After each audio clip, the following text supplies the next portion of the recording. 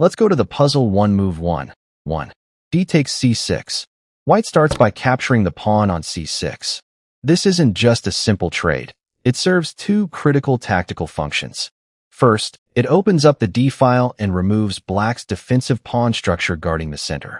Second, it unleashes the light-squared bishop on b5, forcing black to respond.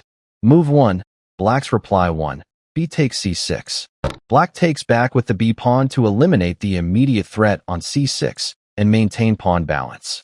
However, by capturing here, black exposes their king to a devastating central overload and leaves key squares undefended. Move 2. Knight d5. The move of the game. White brilliant sacrifices the knight by leaping right into the heart of black's defense. The knight exerts immense pressure simultaneously on black's queen on f6 and the vulnerable c7 square. Black cannot capture this knight with the c-pawn because it is pinned by white's bishop on b5. Move 2, black's reply 2. Rook c8. Black sees the fatal fork threat on c7, which would attack the king and rook, and moves the rook to c8 to protect the square. However, black is forced into passive defense while their queen remains squarely in the crosshairs. Move 3. Knight takes f6 check. White cashes in on the tactic. Since the knight on d5 is completely active, white simply captures black's queen on f6 with check. Black must waste a move dealing with the check, giving white an overwhelming, winning material advantage. Let's go to the first motivational quote. Chess is not about winning or losing.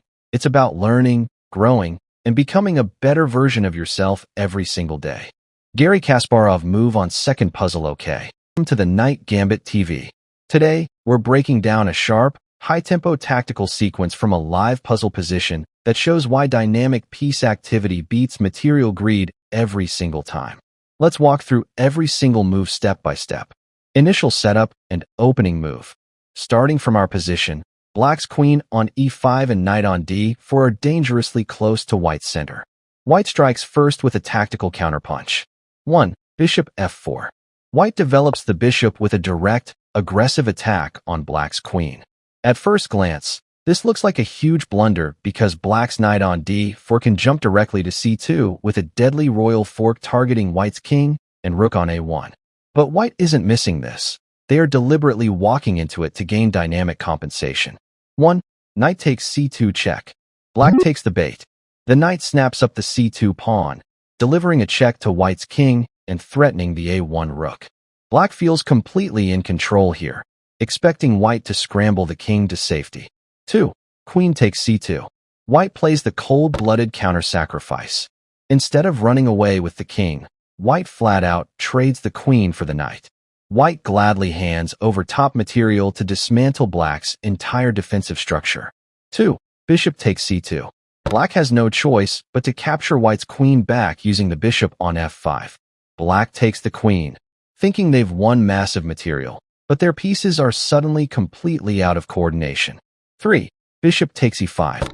White swoops in with the bishop to capture black's central queen on e5. The verdict. Look at the final board state. White ends up winning two full minor pieces, a bishop and a knight, in exchange for the queen, completely eliminating black's offensive threats while leaving white's two bishops dominating the open diagonals. That is how you turn a defensive threat into a winning tactical blow. Don't forget to like and subscribe to the Night Gambit TV for more tactic breakdowns. Let's go to the second motivational quote. Every chess master was once a beginner. Irving Chernov move on third best puzzle. Back to the channel. Today we are breaking down a sharp, high-tempo tactical puzzle straight from Lichess. Let's walk move by move through how tactical oversights turn a game around instantly. Starting position ***. Black has castled queenside and holds active piece placement, targeting white's kingside. White's queen on a4 and knight on f3 are under pressure, setting up an explosive tactical interaction. 1. Knight h4.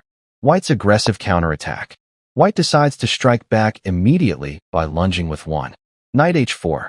The idea seems clear at first glance. White simultaneously attacks black's queen on f5 and the bishop on g4. However, this move leaves the critical h2 pawn completely undefended, opening the door for a massive tactical punishment. 1. Knight f4. Black's counter blunder. Instead of seizing the tactical win, Black responds with 1. Knight f4. Black tries to counterattack White's bishop on e2 while threatening White's queen, but this misses the killer strike. The winning move Black missed. Black should have played 1. Bishop takes h2 check. Sacrificing the bishop forces White's king to capture with 2. King takes h2, which completely strips White's kingside cover. After 2. Queen h5 check. Black picks up White's knight on h4 with interest, breaking White's position wide open. 2. Knight takes f5. White seizes the advantage. Because Black missed the sacrificial check on h2, White strikes first by capturing the queen with 2. Nx f5. With Black's primary attacking piece removed, White completely neutralizes Black's threats and emerges with a decisive material advantage. Key takeaway. Always look for forcing checks before playing counterattacks. A single check like bishop takes h2 check could have flipped the entire evaluation, but rushing into nf4 gave White the win instead. Let's go to the third motivational quote. You may learn much more from a game you lose than from a game you win. You have to lose hundreds of games before becoming a good player. Jose Raul Capablanca, move on. Fourth puzzle. Okay. Welcome back to the Knight Gambit TV. Today we're breaking down a tactical Lichess puzzle that shows exactly how to punish a loose piece in the middle game. White kicks off the forcing line with 1.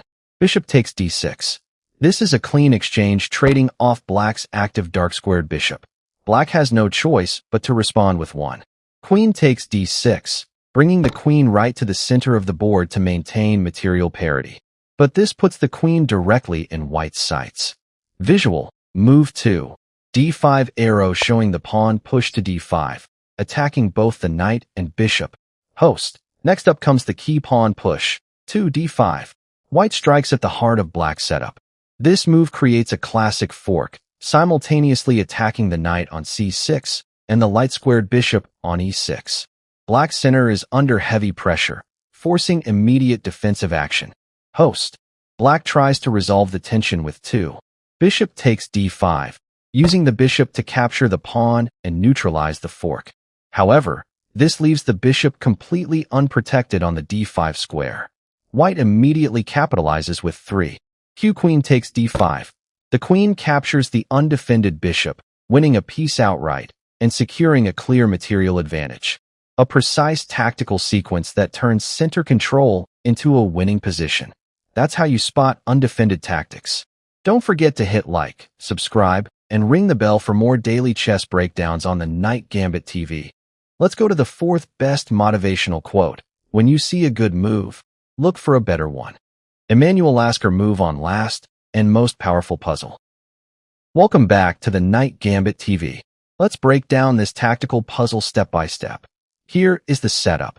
White's bishop on b5 delivers a devastating check on 1. Bishop a6 check, instantly forcing Black's king into a corner with 1. King b8. Instead of saving the rook under attack on a1, White unleashes the killer blow. 2. Bishop f4. Why does this work? The pin. Black's queen on d6 is completely pinned to their king by White's bishop on f4. The trap. Black cannot capture White's queen on d1 without losing their own queen. The forced response. If Black captures the bishop with 2, e5, White plays 3. Bishop takes e5, maintaining the absolute pin. The checkmate threat.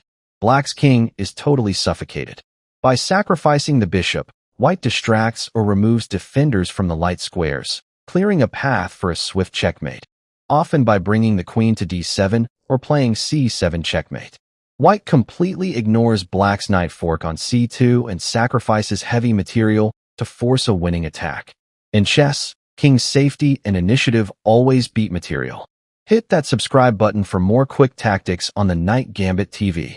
Thank you so much. God bless everyone. Okay, see you on next video. Okay.